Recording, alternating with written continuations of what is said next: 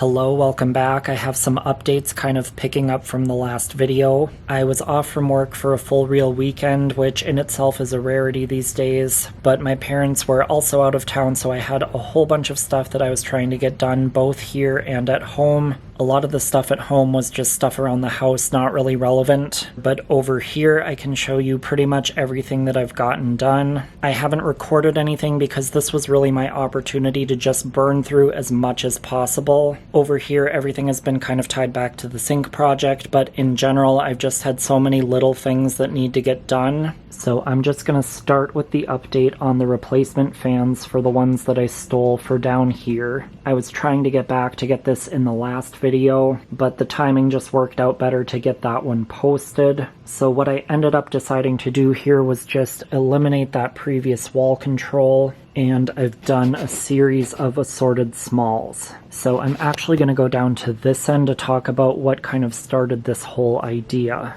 So down here you can see I've installed my one and only small original, and this is the one that kind of started guiding the selection. A little while back I got a set of standard blade arms to use with this. I love reverse air as a concept, but the style of the arm just really shifts the entire vibe of the fan. I haven't even seen a great many 36-inch originals in person, but I do vastly prefer them with the standard arm, and I've always been curious to try them because people do say there is a difference in performance. I also not long ago modified this switch cap that came from an older low profile. I had to file down the edges just a little bit to make it recess into the switch housing. It's definitely not perfect, but it's better than nothing at all. So long story short, with all the little new things involved with this fan, I was kind of eager to put it back up somewhere. And with this overall installation changing, I thought this would be the chance to try something completely different. As you know, I really only have limited space to display 36-inch to 42-inch or so fans on the display. Realistically, I can put them in other places, but then that's kind of wasting spots for larger fans. So this kind of allows a secondary spot for some of the stuff that's been out on the main display to be displayed in a different capacity. I also personally find the entire vibe of this install to be completely different now from when I first put fans up back here. When there were more visible sight lines, I liked that the fans matched a little bit more. That type of cohesion was much more appealing in that type of application. Now that all of my motor storage has filled in, you can't really see as much of the fans through everything. And now I personally feel like this install lends itself to being a little bit more random. Something about this, especially with the fans being smaller, appeals to that random fan in random location that so many of us like. Especially placed among this mix of all the other motors, I think it works well.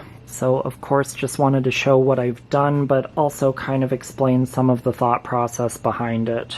Alright, so moving back down into what's happening over here. I did get this temp mount that I talked about at the end of the last video moved over, and as you can see I actually added a longer piece of strut just for some added versatility, and the piece that was over here I will actually probably eventually put here to give me a little extra room for another bracket or two. Next thing you'll notice is some of the lighting is different. After moving the shelving around, I thought way too long and hard on whether or not I wanted to move the lighting over here. When I first laid out the lighting down toward this end, I did it based on the space, not based on the shelving. Based on that and the fact that I really just didn't want to go back in and redo it all, I was leaning towards just leaving it as it was. However, looking at the possibilities of what I wanted to add for lighting over here, there were areas that were going to probably interfere with that, and I really just wanted to create a blank slate back here so I can just do whatever I need to do. So with that considered, I went ahead and moved all of this lighting around so that it would be centered in the shelving bays. In the end, I am glad that I did it. It looks much more cohesive and makes much more sense. In this spot, I took out the one LED disc that was there. I had one more of these fluorescent lights left, so I was able to get that in so that it would match the others.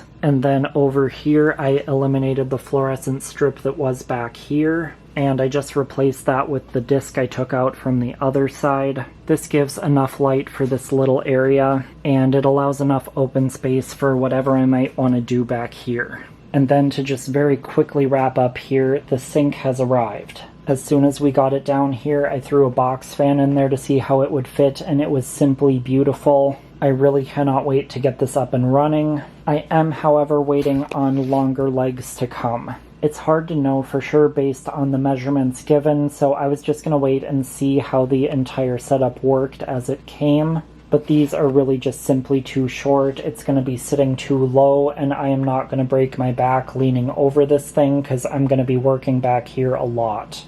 So the legs should be here soon, and then we should be able to get this rolling somewhat quickly. We're using a super independent plumber, so it kind of just depends on his schedule. Kind of depends on when you can slip in. Sometimes he's a few days out, sometimes it's several weeks. So I don't really have a timeline on this. All I can really say is hopefully soon. For now, that's all I've got. I just wanted to get this part recorded so that I don't forget about anything. Like I said, this weekend was kind of about getting bits and pieces done, so I'm kind of caught up in that regard. That means I really don't know what I'll be working on the next time I'm back, but I will see you soon. Hello, I am back again. I was actually hoping to be here the last few days working on some things and giving you some updates. However, the plumber decided to come for 2 sort of partial days, the exact same 2 days that I was off from work. So I basically had to put all of my plans aside and just let him do his thing here. I worked on some other things and other aspects of things from home. Just basically did what I could in the meantime. And my parents are actually getting a few other things done at the same time, so he's not completely done yet. And I actually have to move a bunch of other stuff down at the other end of the basement, which I may or may not get into on video. I have a lot to do both in relation to this and not in relation to this, so time is really short. I don't even really want to be taking the time to film this right now, but it does make good content, so I'm trying to squeeze it in. So getting you caught up to where we are right now, the sink is installed and fully functional, so that is awesome. I really could not be more thrilled, and I just want to jump in and start cleaning things, but there's still more to get done, so I can't do that quite yet. And I'm actually probably going to end up using some of this empty space to haul things down from the other end and have a place to stage them. I just really do not have a lot of room anywhere else. This whole thing went relatively smoothly, and it would have gone a whole lot quicker, but there was no venting over here in this corner. We have the drain line, but there's no vent. So he had to bring one up and over, and this goes all the way through out to the other side.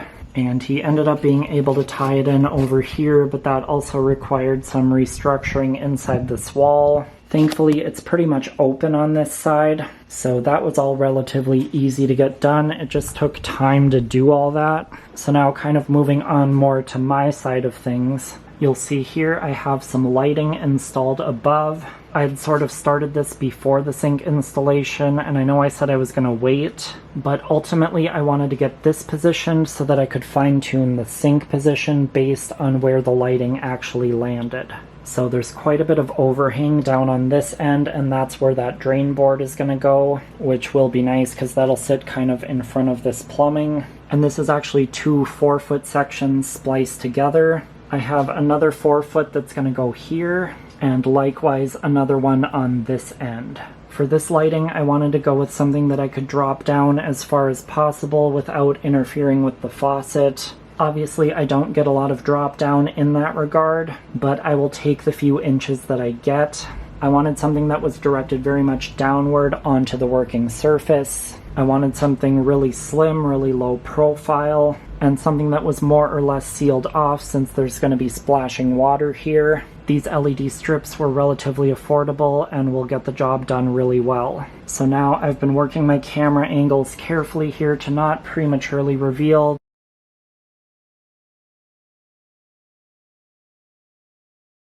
Click left to watch another vlog, or click right for my entire shop vlog playlist to start at the beginning.